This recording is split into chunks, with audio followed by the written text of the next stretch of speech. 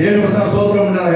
நாம பாவம் செய்த நிமித்தமாய் நம்முடைய லெக்கை அடைய முடியாமல் இருக்கிற நிமித்தமாய் கர்த்தர் நம்ம மேலே ஒரு இரக்கம் கொண்டு மீண்டும் இவங்க இலக்கை அடைய வேண்டும் சொல்லி சில நேரங்களே காலம் தாமதமானாலும் பரவாயில்ல, சுற்றி போனாலும் பரவாயில்ல, இவங்க பாவத்தை விட்டுட்டு போற வரைக்கும் அந்த வாக்குத்தத்தை நாங்கள் என்ன செய்வோம், ஓட்டு போகணும்னு சொல்லி கர்த்தர் நம்ம செய்கிறார் சில நேரங்களில்.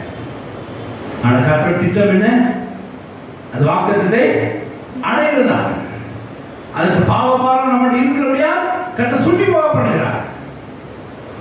பாவபாரம் இல்லாமல் நீங்க ஓட பழகினா கர்த்தர் நேராக வாக்குத்தத்தை அடைய செய்திருப்பார்.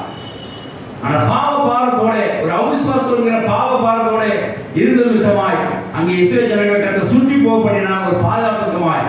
அதனால அங்கே கானான் தேசம் அடைந்ததுக்கு 40 நாள் போக வேண்டியது. எத்தனை நாள் போனாங்க? 40 வருஷமாக பிரயாணம் பண்ணி அங்கே போய் என்ன செய்தார்கள்? அந்த இலக்கை அடைந்தார்கள், கானான் தேசத்தை அடைந்தார். தேவனுடைய சோத்திரம். இந்த சுற்றி போகக்கூடிய காரணம் என்ன? சுற்றி போகக்கூடிய காரணம் என்ன? ஒன்று பாதுகாப்பு.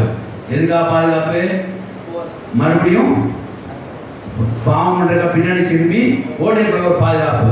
ரெண்டாவது, சுற்றி போனா பரவாயில்ல, நாள் தாமதிச்சா பரவாயில்ல, மறுபடியும் என்ன செய்யக்கூடாது, படை நிலைக்கவங்க போகக்கூடாது. எங்களுக்காக தேவன் செய்த ஒரு நற்காரியமா தேவன் சோத்திரம். ஆகையினாலே இதோட சாராம்சத்தை புரிந்து கொள்ள